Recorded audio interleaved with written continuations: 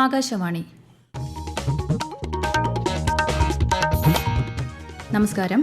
പ്രാദേശിക വാർത്തകൾ വായിക്കുന്നത് ശ്യാമ.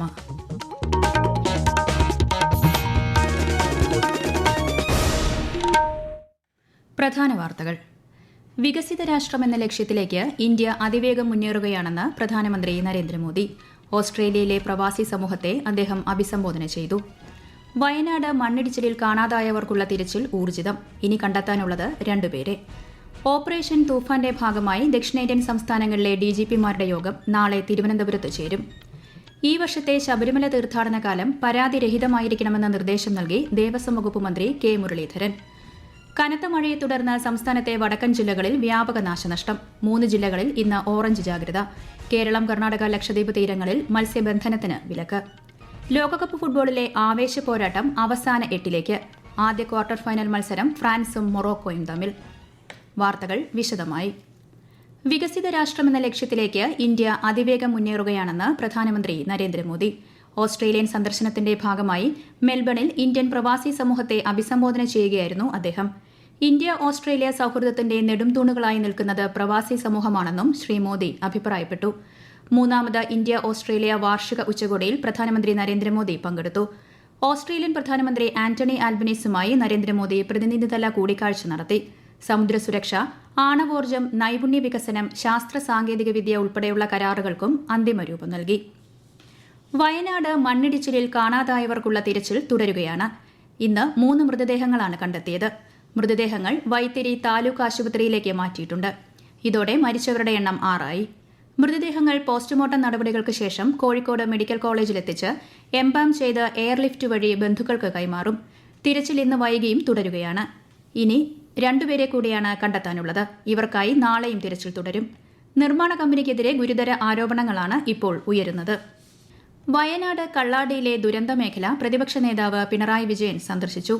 മണ്ണിടിച്ചിലുണ്ടായ സ്ഥലവും മീനാക്ഷി പുഴയുടെ സമീപ പ്രദേശങ്ങളിലും മേപ്പാടി പോളിടെക്നിക്കിന്റെ ദുരിതാശ്വാസ ക്യാമ്പിലും അദ്ദേഹം സന്ദർശനം നടത്തി.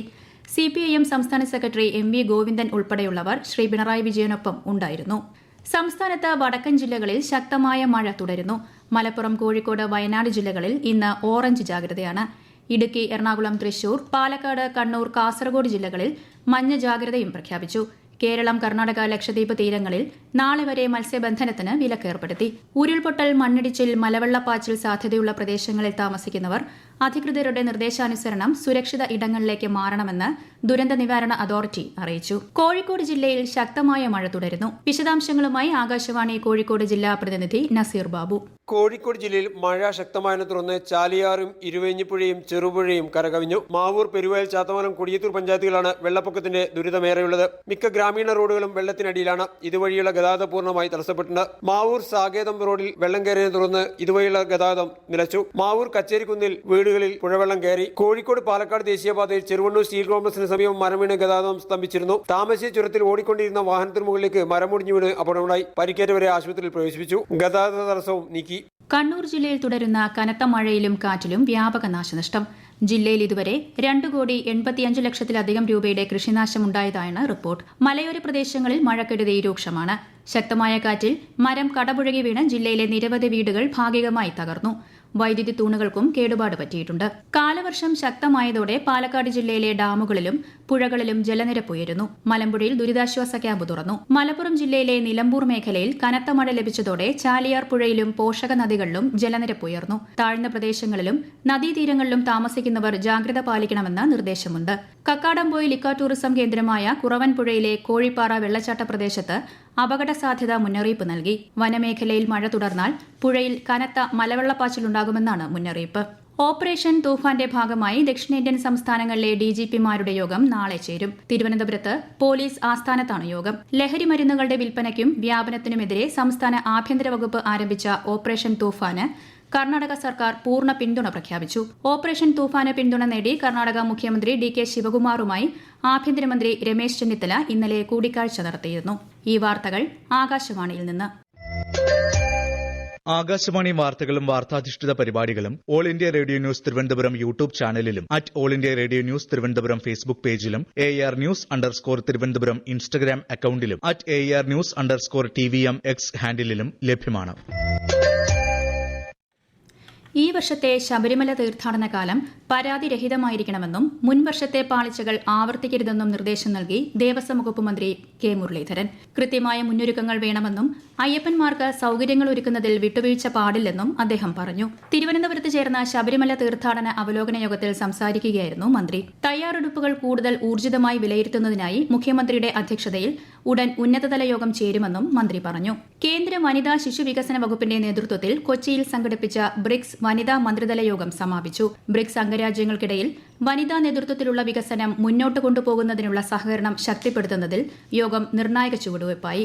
ബ്രിക്സ് രാജ്യങ്ങളിലെ മന്ത്രിമാർ, ഉപമന്ത്രിമാർ, ഉന്നത ഉദ്യോഗസ്ഥർ എന്നിവർ പങ്കെടുത്ത യോഗത്തിൽ ലിംഗസമത്വവും സ്ത്രീ ശാക്തീകരണവുമായി ബന്ധപ്പെട്ട പൊതുവായ മുൻഗണനാ വിഷയങ്ങൾ ചർച്ച ചെയ്തു. പാലക്കാട് നഗരത്തിലെ പ്രധാന ജംഗ്ഷനുകളിലെ ഗതാഗതം സുഗമമാക്കാനുള്ള സംയുക്ത പരിശോധന പൂർത്തിയായി.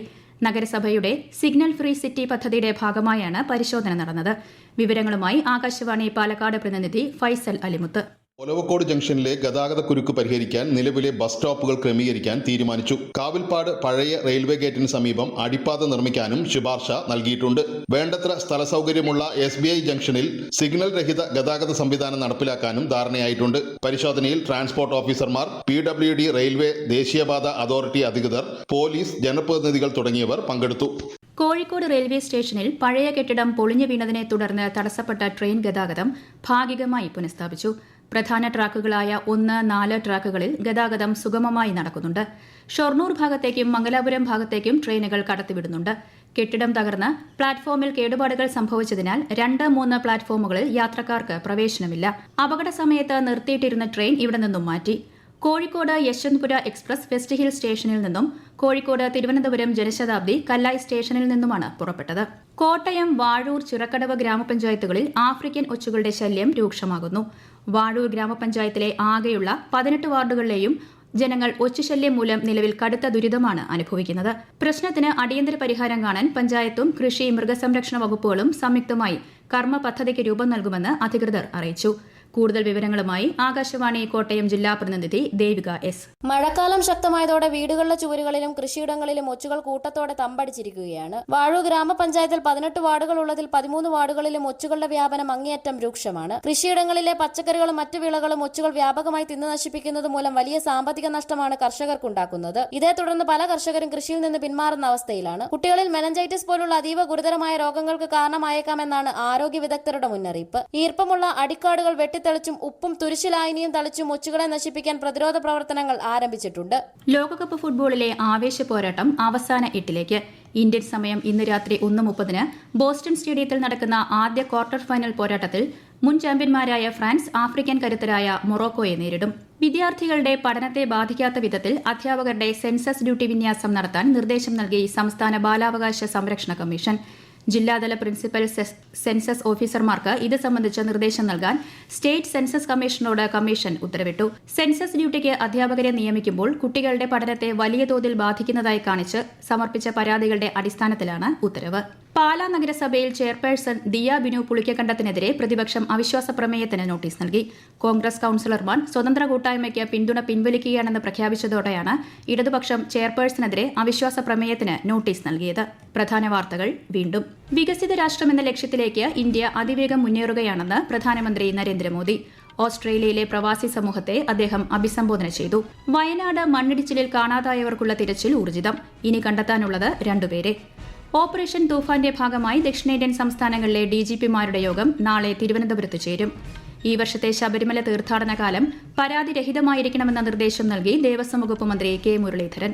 കനത്ത മഴയെ തുടർന്ന് സംസ്ഥാനത്തെ വടക്കൻ ജില്ലകളിൽ വ്യാപക നാശനഷ്ടം. 3 ജില്ലകളിൽ ഇന്ന് ഓറഞ്ച് ജാഗ്രത. കേരളം, കർണാടക, ലക്ഷദ്വീപ് തീരങ്ങളിൽ മത്സ്യബന്ധനത്തിന് വിലക്ക്. ലോകകപ്പ് ഫുട്ബോളിലെ ആവേശ പോരാട്ടം അവസാന 8ലേക്ക്. ആദ്യ ക്വാർട്ടർ ഫൈനൽ മത്സരം ഫ്രാൻസും മൊറോക്കോയും തമ്മിൽ. പ്രാദേശിക വാർത്തകൾ കഴിഞ്ഞു. അടുത്ത വാർത്താ പ്രക്ഷേപണം രാത്രി 7:25.